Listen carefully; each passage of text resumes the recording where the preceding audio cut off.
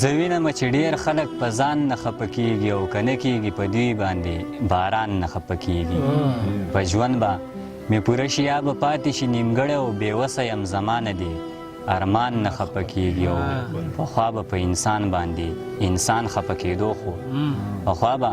په انسان باندې انسان خفه کېدو خو اوس ګوره په انسان باندې انسان نه خفه کېږي او ځان مه خفه کوه په دې به خلک خوشحالیږي ځان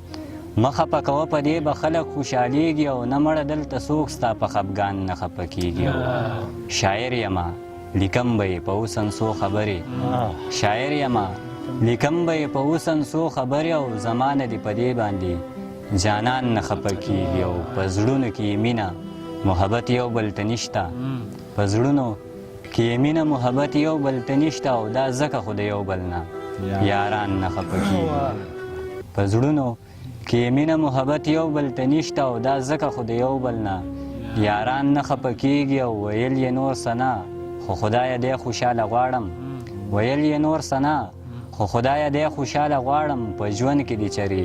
سبزلي خان نه خفه کېږي